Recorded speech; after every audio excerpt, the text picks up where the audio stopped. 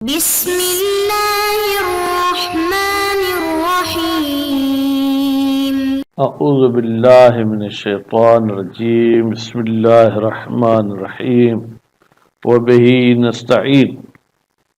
الحمدللہ ہماری گفتگو لمعہ ششم کے کتاب الدیات میں، اب کتاب الدیات میں انہوں نے کہا تھا کہ یہاں پر چند ایک مسائل ہیں، ان میں سے دو مسئلے آپ پڑھ چکے۔ پہلا مسئلہ قتل کے بارے میں تھا، دوسرا مسئلہ بالوں کے بارے میں تھا، اور تیسرا مسئلہ جو ہے آنکھوں کے بارے میں ہے۔